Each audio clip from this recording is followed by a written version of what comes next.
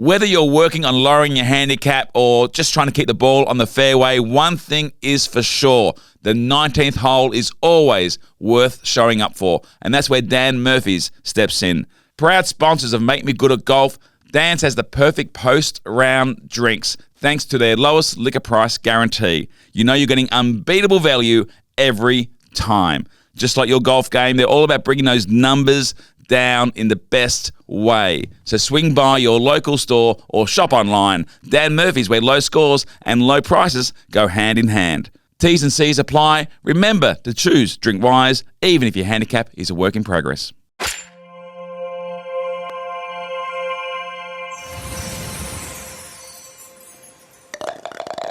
G'day, welcome to Make Me Good at Golf, a golfing podcast with three mates who are all trying to get good at golf. We want you to come along for the journey. And there's only two of us in the studio today.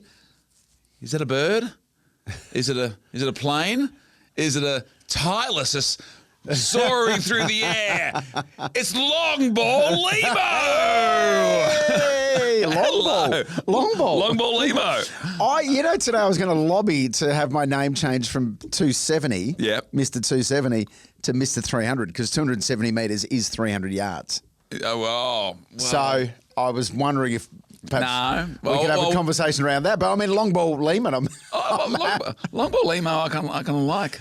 You know? Because I did hear, we'll get to the long ball stuff shortly. I will say, by the way, my name's Pete Hallier. Flem will be very disappointed I didn't introduce myself from the start. Mr. 48, you may know me as. Mr. 48.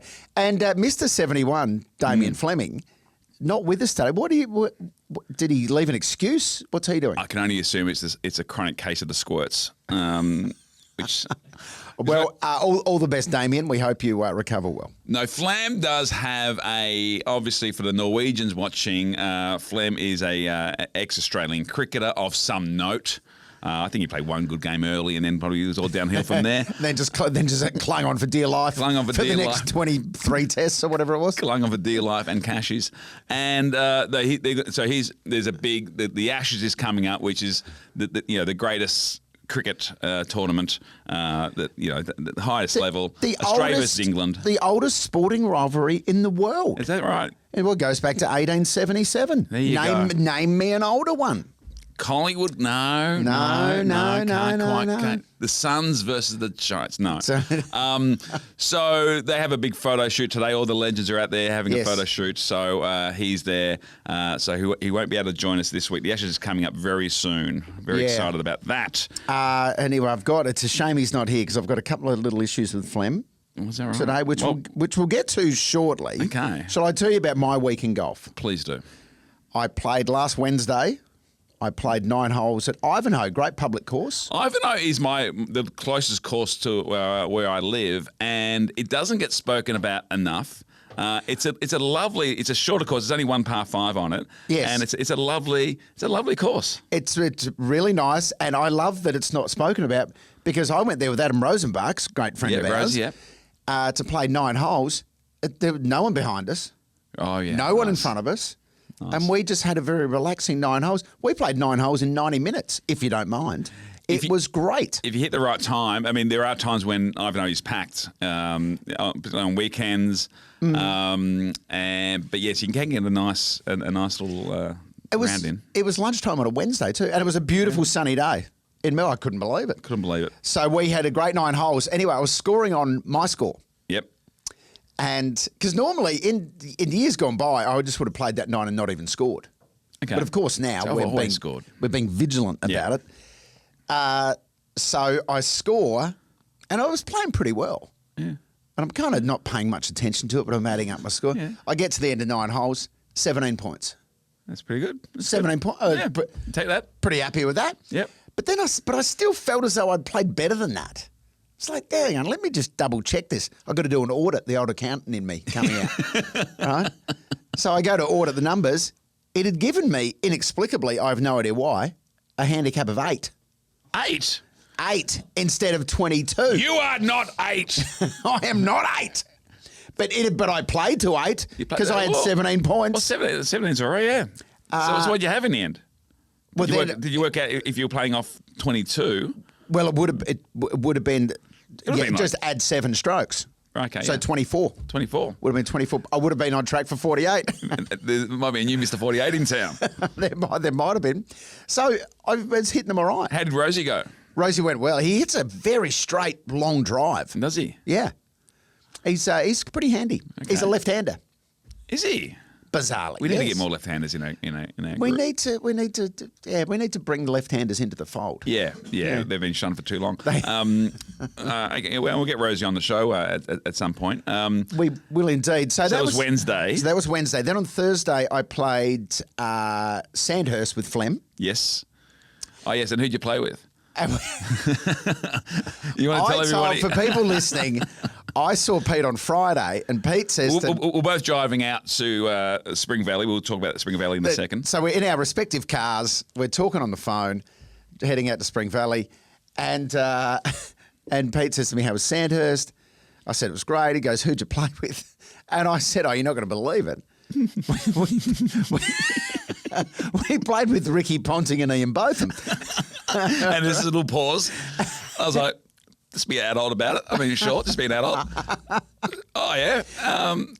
That must have been fun. Must have been good. And then I think you said something like, "Oh, great, how'd they hit him?" Oh, yeah, they hit a good ball, you said. And then I asked for the Stableford scores. Oh, yeah, that's right. You're going through these scores. So I'm making up Stableford scores. And I knew, at this point, I thought, I saw nothing on social media. Flem knew that I was pretty keen to play Ricky Ponting, and obviously Ian both, but we were supposed to play Ricky Ponting about a week or two ago. It got too windy. So I'm not sure, would he have done it? Would he have done that?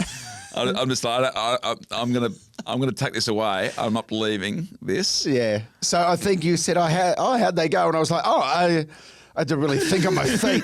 And I'm like, oh, yeah, no, both of them had 34 points. And Punter 37 points. And then on the course, I asked, I thought, I'm just going to go back into this. And I asked the question, I think it was like, so what were they like? What was both of them like? So what was both of them like? Yeah. He goes, we didn't actually play with them. I couldn't maintain it any longer. I was in my mind, I wanted to maintain it until we recorded the pod today, but I just couldn't. Well, in the car, I was saying to you, that's great content for the show. It's great, bring some stories. Yeah, that's great. Anyway, we played with 2 young fellas from Sandhurst. The Sandhurst has like an academy there. Yeah, the PGA Academy's out at Sandhurst. Yeah. So Will and Will, conveniently, they had the same name. That's handy. They're very well done, Will and Will. Very helpful. Will and Will, lovely young blokes. Both hit a very nice ball, and both plenty of local knowledge because they play the course isn't it? Every week. That's good. So that was helpful. So we got on at Sandhurst, and you know what? I was worried at the start. My very first tee shot, we decided to play the black tees. Oh. Off the north course, because when you go to the black tees, you get an extra 4 strokes. Okay. So my handicap, I was playing off 27, I think. Well, last time I was there, we did. It was spoken about. I was not that keen to play off the blacks. Next time I might. But the 18th at Sandhurst, Jesus, a lot of water, and former Mr. H2O. You must have been a little nervous. Well, on the 18th, it's a lot of water. You can either take the Tiger line, but you need to hit a 300-metre drive. Oh, wow. Right? So that's only Tiger Woods or long ball Lehmo could hit it that far. So naturally, I took the Tiger line.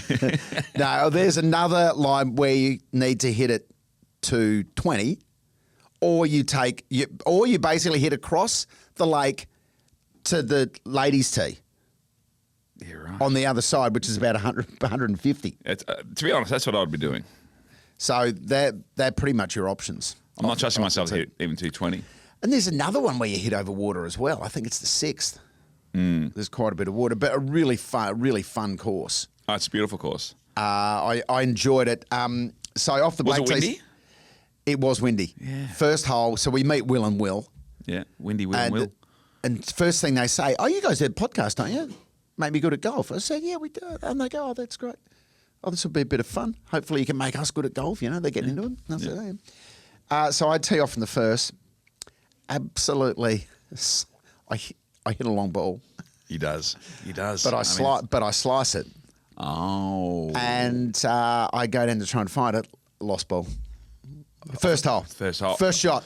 Lost ball. I've been doing that a bit recently. I've lost when I played in Amsterdam. First hit. Lost. Yeah, I've done it a few times recently. It's so annoying. It's annoying. It's a bad start to your day. Bad start. Anyway, I recovered a bit.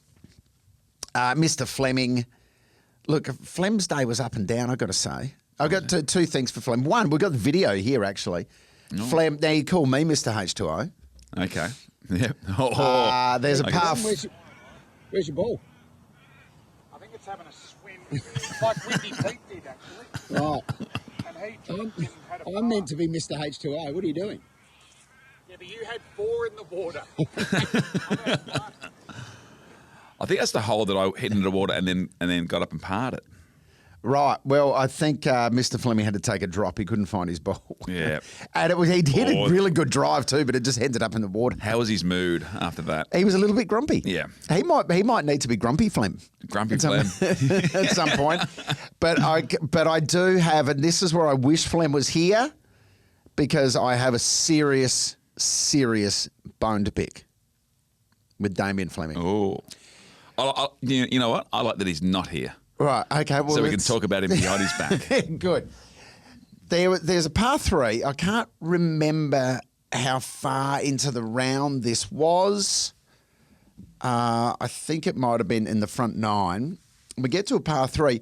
All 4 of us tee off. No one's on the green. Okay. But all 4 balls kind of end up in a bit of a line. Okay. Off the green, though. All about a metre apart. It's a free putt. All 4 balls. So it's kind of, is it a chip or is it a putt from off the green? So we all walk up. Flem's ball is the 3rd one in the line, or the 2nd one in the line. Okay, so he'll go second. Well, he walks up and just hits his ball onto the green. Okay. Right? Because are you playing ready golf where he was the first one ready? No, we're just walking. We hadn't really discussed it. It's just, well, you know, I guess when you're ready, you can hit your ball onto the green. But he hits his first up onto the green. Then was there much looking around to kind of see where the wheels were, where you ready to hit, or was he just focused? No, he just went up and hit his ball onto the green. So then the other 3 of us are kind of standing at our balls, lining up our chip shots. Yeah. And Flem goes up, putts out on the green. Putts out. He putts out before you're even on the green. We're not even on the green. The 3 of us aren't even on the green. Wow. We have to wait. So we're ready to chip. All 3 of us are ready to chip, but we have to wait while he putts out. Oh. And then we chip. Was it 1 putt? I think it was 1 putt actually. I think he was up and down for 3. Oh. For a bloke who bangs on about etiquette, and you know, like we adhere to the etiquettes of the game, absolutely. But I couldn't believe it, and neither could the Wills. Will 1 and Will 2 were shocked. You try to take see, Flem should have been seeing himself as a mentor. Okay, yeah, the young golfers are on their way. Teach them how to be a considerate, respectful golfer. These are young golfers. They're having gap years from school. Impressionable. They're 18, 19 years old. They're at the academy. They want golf to be their life. They've had an opportunity to play with a former Australian Test cricketer. What an honour for these aspiring young athletes. And then they see that. But also, and you know what it does for me? One, they're going to take their bad habits back to the academy. Who knows the influence that one act has on the future of Australian golf? It spreads like a disease. You know what it does for us as well, though?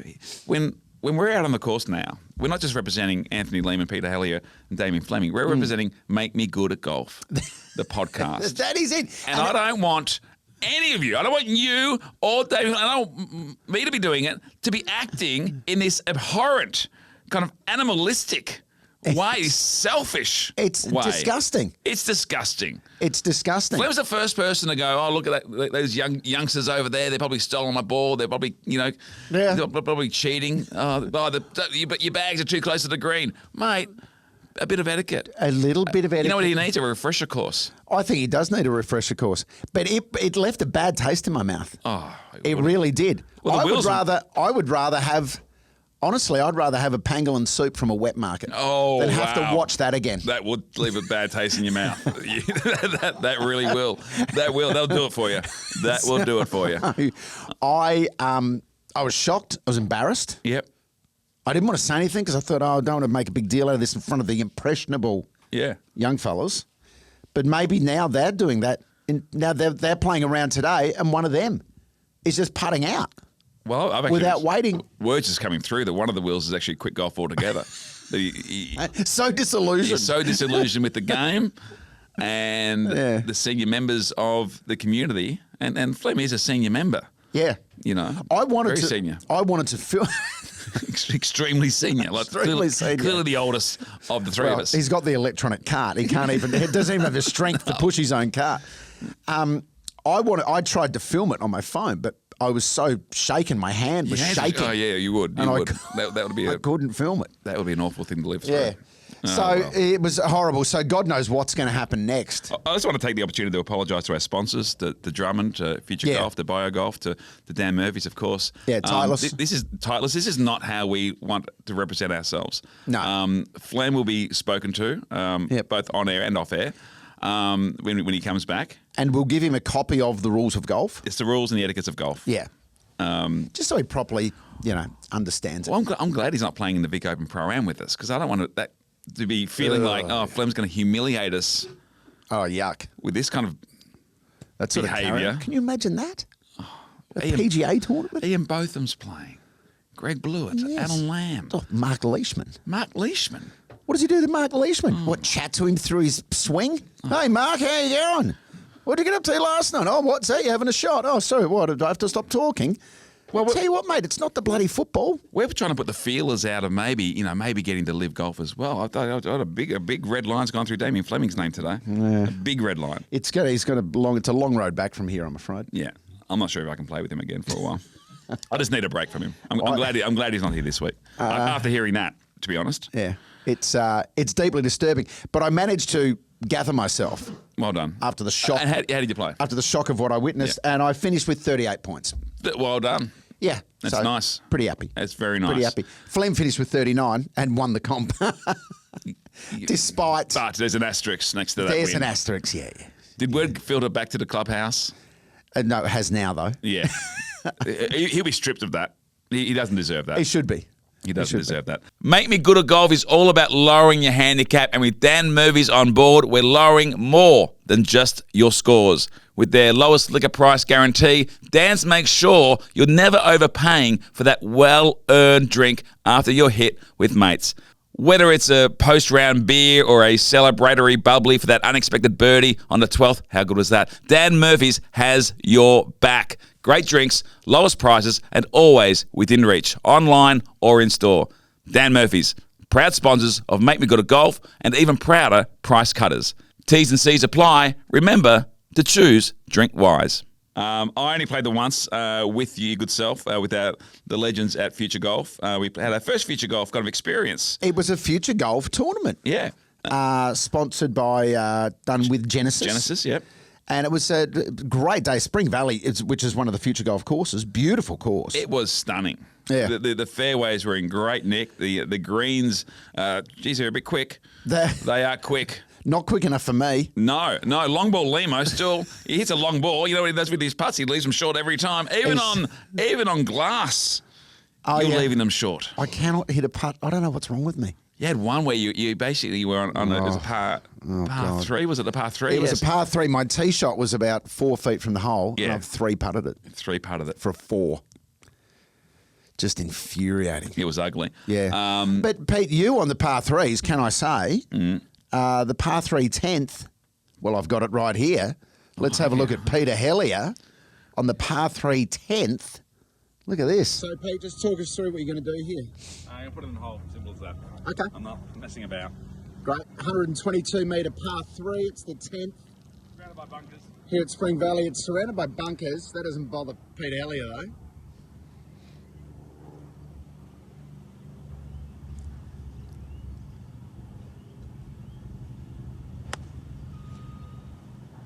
pretty good. Wasn't bad, was it? Oh, the swing. Nice swing. Thanks, mate. Well, that's just right in the middle of the green. It's annoying it didn't go in the hole, but you know, it's in the middle of the green. I'm pretty sure that's Pretty where good, though. It's pretty good. that's where the pin was yesterday. Yeah. Yeah. Pick that up. That's good by me. Pick it up. So. Yeah, happy with that. So that was good. So then when we got to the hole where you can potentially win a car, yeah, I thought, oh, Pete's a chance here. He's in a bit of form. Good form. So let's see how Pete went. This was a hole-in-one wins you a brand new Genesis car. Yeah, it's a bit of a different hole. Yeah. For a car. There's the car over there. There it is. Dangerous position. Hole in one. Let's go, mate. Longer hole, this one. It's about 170 metres. Which is not my distance. I had to use my rescue. Yeah. Go. And Pete? Just missed? Bloody hell. Just missed by about... Yeah, don't put the ball tracker on that one. Just missed by about 40 metres. Yeah, just cross your eyes and just listen to it and just imagine. I think that ended up in a fairway bunker. Yeah, it did. But I'll tell you what, Pete, one of the highlights for me was the first hole. Because I love a gallery, as you know. Yes. And I've got up and I've just absolutely drained my drive on the first hole. Long ball, Lehmo. And I told him, I said, listen, Lehmo hits a long ball. It's a long ball. He's long ball Lehmo. So I put the pressure on you a little bit. So I've hit a great drive, and then you've got. It was elite. But what was hilarious about your tee shot on the first is that you've teed it, you've sliced the shizen out of it, but the ball hilariously has ended up on the driving range with 1,000 other balls. Yep. So impossible to find. Yep. Needle in the haystack. So you had to take a drop, which again lost the ball. It's happened a bit recently where I've lost the ball off the first tee. Did it in Amsterdam when I was playing there. Yeah, it's a bad start to the day. You don't feel good. You don't feel good about it. You could not have connected with yours any better. And so I've done. Mind you, my driving after that first hole was a little bit off.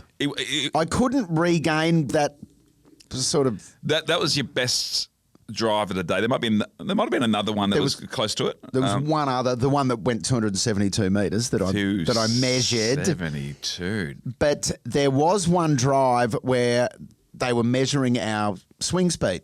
Yes. And I've done a drive and it's ended up in a fairway bunker. And then I said to the bloke, I'm going to hit another one just to time my thing. And I hit it. And this time I nail it. And this is me walking up to my second, sadly, drive off the tee.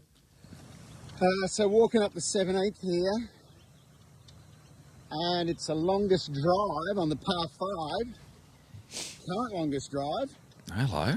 Is just here. Hang on. Oh. What's that? Over there? Is it? Hang on. Longest drive there. Lehmo's ball. Over there. So, sadly, it was my second drive. You can't actually, use your shits and giggles drive in the long ball competition. No. A bit of controversy about this, and I didn't mention it on the day. What's that? So you had to leave early. We get back to the clubhouse, and they announce all the winners. Oh right. And we'll get to how we went in a sec. But they announced, the close to the pins and all of that. So after you hit yours, Johnny, he hit further than you. Yes, believe it or not, and he was even a little bit surprised himself. He was a good golfer, by the way, very good golfer. And he's like, there's only one group behind us, and we're like, you've won that. You've won it. You actually won it.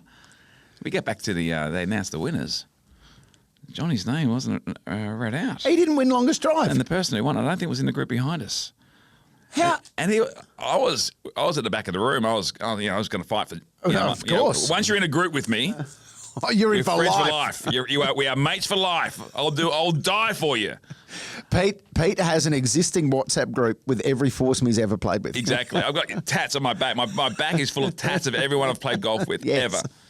And I was a bit upset for Johnny. I said, mate, say something. He goes, oh, no. It's okay. No. But he should have said something. He should have said something. Because he was the longest drive. He was the longest drive. I'm not sure what happened. There's a glitch in the system. I mean, another young bloke, Joseph, who was playing. We were playing with a lovely young man and a big strapping lad. He was, and we thought, he can obviously hit the ball. And Future Golf surprised him by saying they were going to actually record, like, film his entire round. That's right. Yes. So he didn't know until that morning, and he got there, and geez, he could slice a ball. I mean, I could slice him with the best of them as well, but he could slice a ball. He had a real slice going on. Yes, like almost 90 degrees on some occasions. Yeah. Like, I would say he struggled for a fair portion of the round until. But when he started hitting it straight, wow. He had a long ball. His last 3 or 4 holes were dynamite. It's like something happened. We keep on saying, what happened? Our mate Joseph. He was incredible. So I got to the start where I sliced the ball and had something. I think I scraped to get her a point in the first hole. But then by about the third or fourth, something happened. I hit a nice, beautiful, maybe the best drive of my day. Par 4. I got about 100 meters, 90 meters to the pin, and smacked my 9-iron. I'm about 6 foot from the hole. Yeah, a bit of a curve. I can see there's a bit of reading going on. My old super coach Dale Lynch on my shoulder saying, "Okay, work out where you have to aim for the hole. Aim for where you actually aim. Like just don't worry about the hole. Okay, work out where the actual slope is and where you actually need to hit it, and then let's focus on that. Okay, so doing a bit of that, and then curve the ball nicely, birdie." Yeah, a 3. It's pretty impressive. 3 for 5. It was a 3 for 5. 3 for 5. Because you had 2 shots on that hole. Yeah, not many people score 5 Stableford points. That was on a hole. That was fun. Yeah, that was just fun. And I kind of played. We were like level pegging for most of the round, and then we had a meltdown on the same hole. We had to say it's a par 5, right? Where I think we each had 2 shots. Yeah, and I think our drives were not terrible. They were off the fairway, but not in a place where you would not a disaster. But in front of me, I could see the green in front of me, so I was kind of on the edge of the neighbouring fairway. But there were trees 30 metres away. Yeah. But really, I only had one tree, and it was like as thick as a lamp pole. Yep. Right?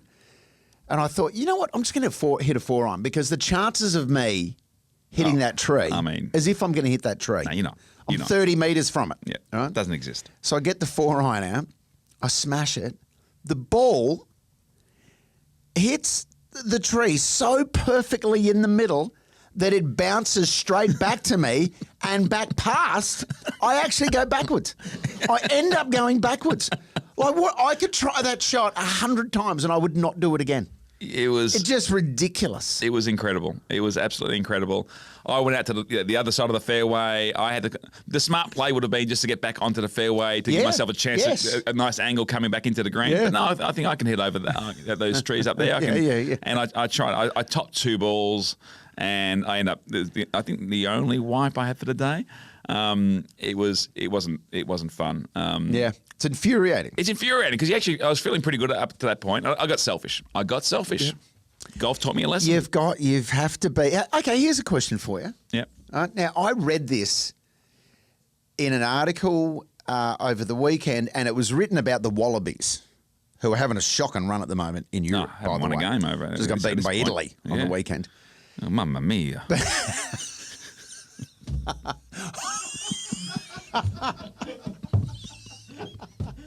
I'm pretty sure that was...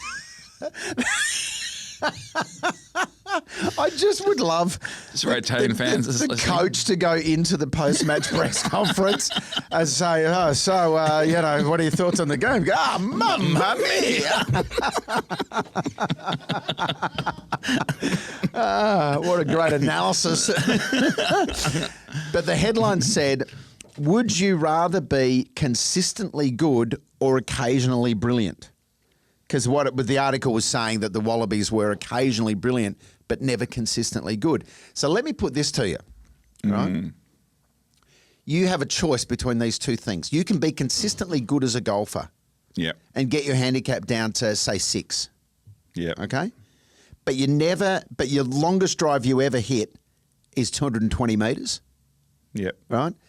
And you never get a hole in one. Yep. Or you only get your handicap down to 18 and you can never get past that. Right? But every couple of years, let's say every 3 years, you get a hole in one. Yep. And you can drive the ball 300 metres. Yep. Which of those two things are you taking? The first option. Are you? Yeah, absolutely. You know what? See, I'm taking option 2. If I'm playing a lot of golf, yeah, that's a lot of time in the scrubs, and like not playing well. But you're going to get a hole in one. Yeah, you know every what? couple of years, and you're going to drive the ball 300 metres. You know what? Hole in ones. Okay, I grew up thinking like 6 people in the world have scored hole in ones. Right. Yeah. They happen more often than you think. Yeah. I'd love to get one. I'm not going to lose sleep of not having a hole in one. I'll lose sleep over buddy having to go into losing my ball in the bushes. Got to ring Titleist again. Can you send out some more balls, Sue? Thank you. So you would take. I'd rather be playing off 6 and playing good golf consistently. You'd rather be consistently good than 18 and occasionally fluke a shot. Occasionally brilliant. Occasionally. See, I think I'm taking occasionally brilliant. Yeah, for the 300-metre drives and for the hole in one every couple of years. Yeah, well, I mean, I consider you're occasionally brilliant on the course, and but, consistency is what you need. Consistency is what I need. I would argue. So you need to retrain your brain. I need a mindset coach. You need a mindset coach right now. So we had a great day at Spring Valley. How many points did you finish with? I ended up with 34 points. So I feel like I left a few out there. I think I wiped 2 holes actually. And yeah, I thought I played a little better than that, but yeah, that's 34's all right. 34's all right. 34's fine. And I ended up with 37. So you broke away from me with about 4 or 5 holes to go. There was a hole where I obviously choked or did not do well, and you scored a couple of points. I think I had a 3-pointer there somewhere. Yeah. Anyway, I have a handicap update. Oh, do you have a handicap? I do have a handicap. Yep, I do. Okay, so it's in. Now, I realised last week that I'd never put a card in. I'm not sure how you haven't realised that. Me and Flem have been on your back about not handing in cards the whole podcast. I'll tell you what I did. I put in our Cape Shank round into Future Golf. Okay, which you had a pretty good day. I had a good day. Tough conditions, tough course. And to be fair, I also put in my Moore Park round. Oh, where you had a shocker. Where I had a shocker. It was more less golf than more golf. Then I put in my round with Flem at Sandhurst. Yeah. Then I put in my round with you at Spring Valley. When it rains, it pours. So my handicap was 22.2. Yep. My handicap now is, drum roll, 19.9. Under 20. Under 20. Well done. Yeah. Well done. That is progress. That is progress. Progress. See what happens when you're handing cards? I know your handicap changes. Yeah, it changes. Yes. Yeah. It's not just a vibe. What's your update? I do have an update. I did put in my Spring Valley 34-pointer, and it's come in a little bit. It is now. For those who are new to the journey of Make Me Good at Golf and my journey, I started at 25. Yes. And I blew out to 29. You were hoping that I got over 30. We were praying. Which was, not the most supportive. Hoping and praying. Mates in the world. And I believe I'd anchored, and I've slowly been coming back down the mountain. So I was 26. I was 26.4. Yeah. And now I've come in at 25.4. So I'm still actually. You're back to where you started. I'm basically back to where I started. Well, yes. I'm back to 25. I'm back to 25. So I'm back. I'm back, baby, and it's only uphill from here. Right. It's only uphill from here. Downhill. Downhill. It's confusing Whatever it with is. golf. Yes, it is. Is it high handicap or low handicap? I don't know. So it's been a good week. It's been a great week. Our respective handicaps have gone down. We've played a bit of golf. We have. And it's been a bit of fun. It's been a bit of fun. And before, I know we try not to plug too many things on this show, but this is my new book, kids' book, Detective Galileo, the Dog Father. It's junior fiction, and it's there. And the reason I mention it on this podcast because there is a.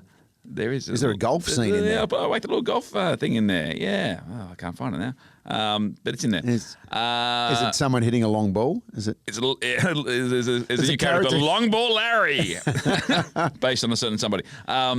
No, but check it out. It's a second book of the Detective Galileo series of Dogfather. It's a lot of fun, and get kids reading. Put books into your kids' hands. There we go. Put books into their hands and golf clubs because we want to help you. Make me good at golf. That was the best one we've done. Who needs Flem? If you're listening to Make Me Good at Golf, chances are you're trying to lower your handicap. And just like your swing, Dan Murphy's is all about keeping the numbers down, especially when it comes to price. As proud sponsors of the pod, Dan's brings you their lowest liquor price guarantee. So whether you're celebrating a PB or still struggling to get your handicap moving in the right direction, you're never overpaying for a post-round drink. Dan Murphy's, great drinks, lowest prices, and one more way to level up your game. T's and C's apply. Remember to choose Drink Wise.